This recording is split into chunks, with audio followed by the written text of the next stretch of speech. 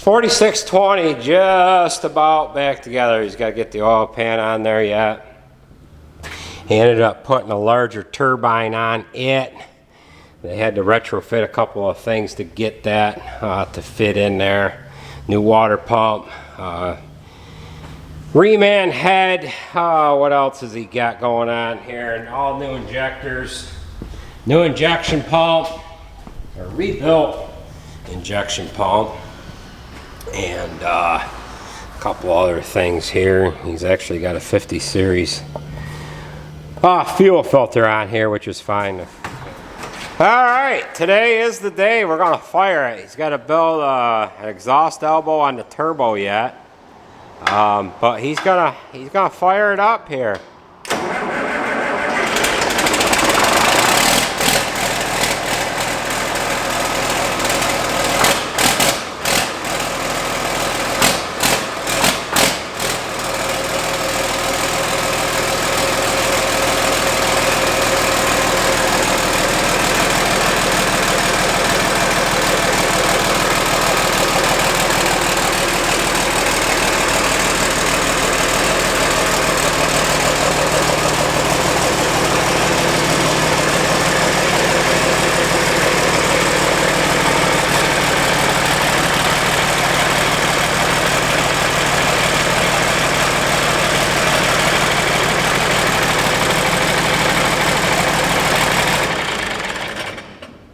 Something's leaking.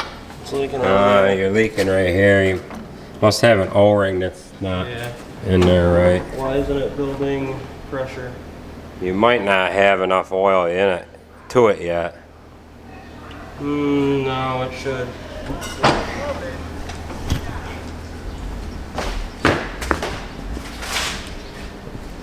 Oh, well, that's hand tight. Oh, it's hand tight. Alright, so he's got to put some sheet metal on here yet. He's got to build that elbow, exhaust elbow for the muffler, and the damn water pump is leaking. Brand new water pump. Damn thing's leaking. Coming out of the weeper hole.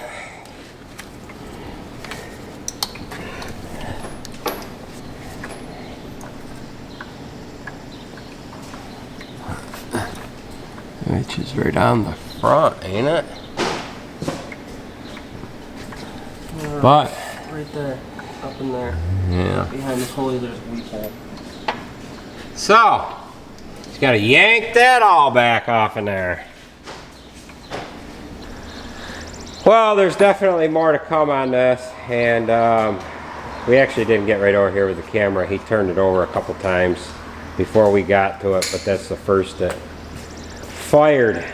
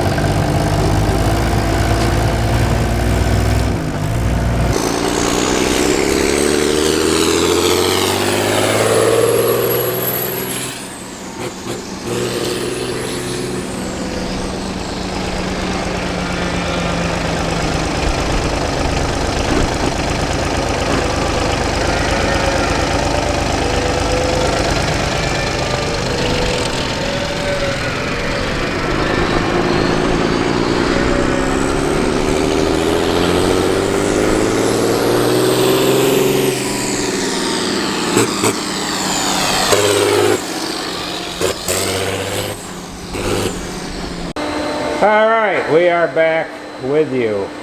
Jered bought an old man step to put on the 4620 here.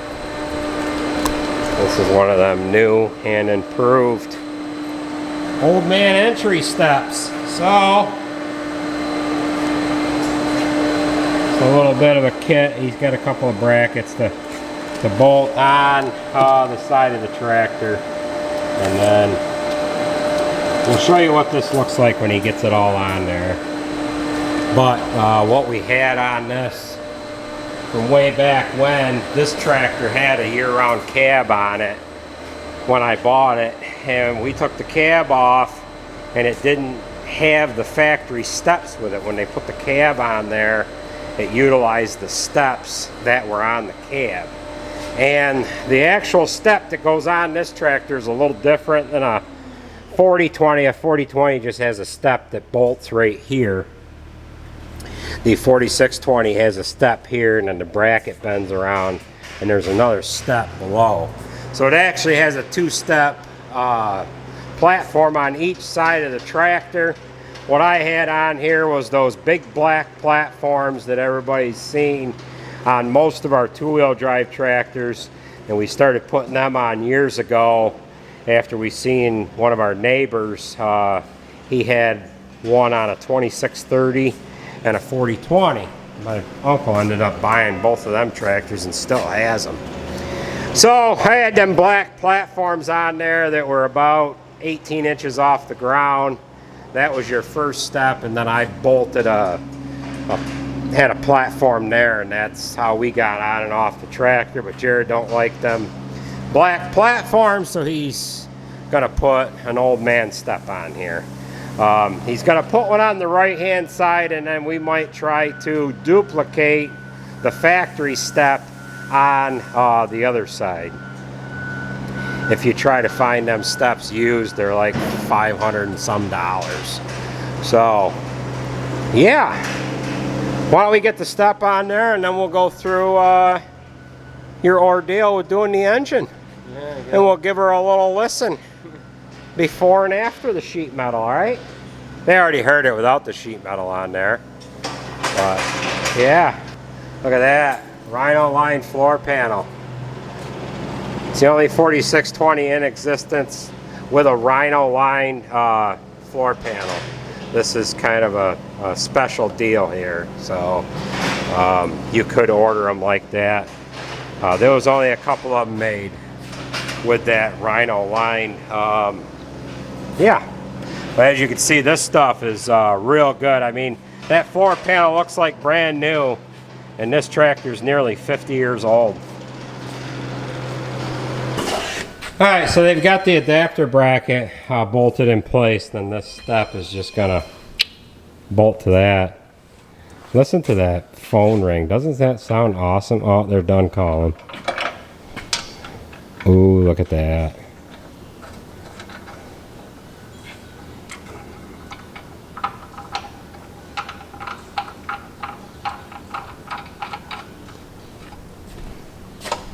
Sweet.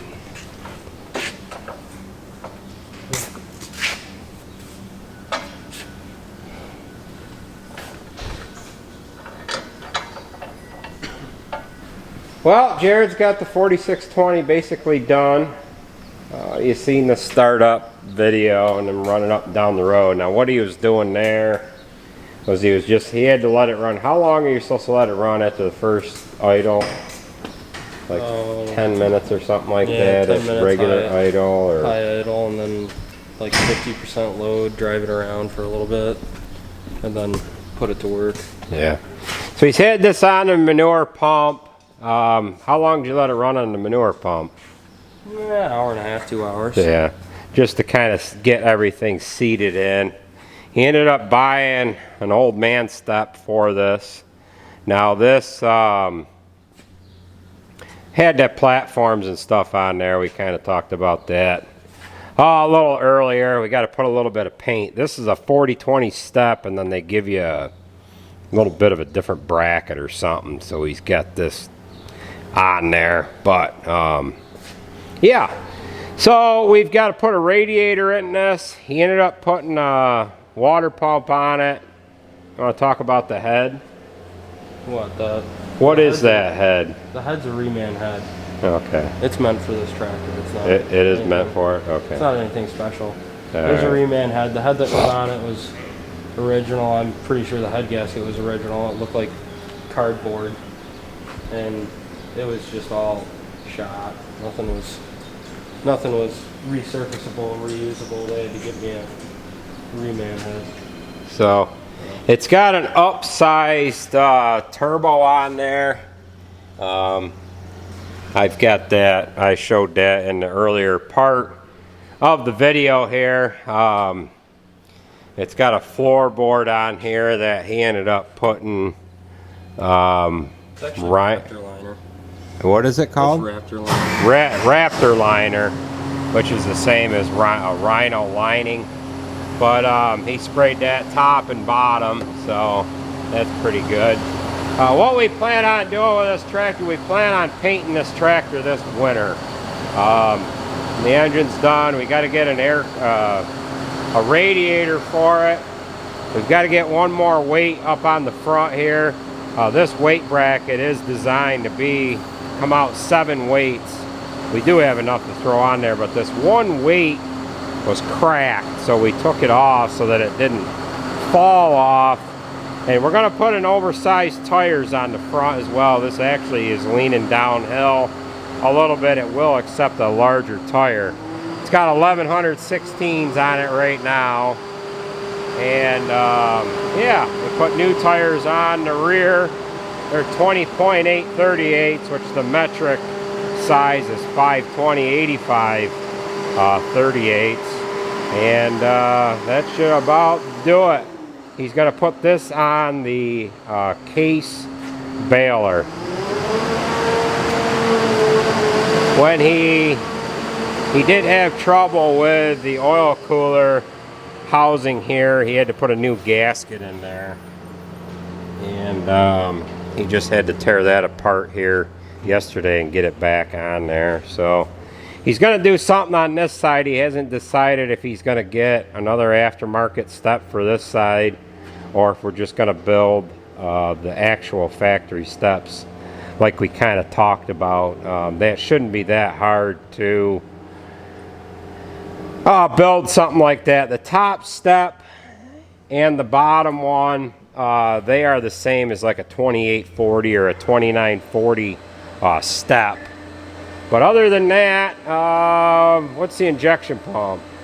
Injection pump is different. Yeah, Fair Valley Diesel. This is actually our original pump, but they put a different head on and whatnot. It puts out about 290 cc's of fuel, and then they put an external screw on it for me over here. With this JDC style pump, you used to have to take this. It was pretty involved to turn it up and down. You have to take this head off and do quite a bit of stuff in there that you don't have time for, and they just put that external on there. Out for more, in for less.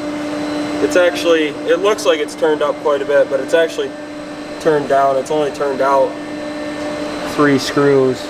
In all the way isn't in all the way on the threads. Yeah. So that makes that easier. These tractors can kind of be a pain to play with if you want to turn it down for any like hard work or anything.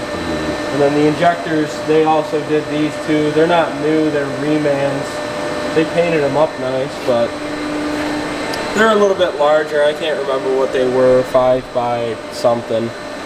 But oh, we'll get one more glimpse. Can't see the turbo with the hood on it, but I showed the turbo pretty good in the earlier part of the video here, but with the tin all on there, can't see it all that well. We've got to do something with the exhaust elbow pipe so that it will accept the original muffler. So, well, Jered's going to start it up. We're going to take it up and we're going to put it on the manure pump right now. And that is a good, it's a good, not really a test, but it will allow us to put a good load on the engine. He's only run this a little bit here and there, and he's actually just got the tin all back on there. And why don't we take it up and run her on the manure pump.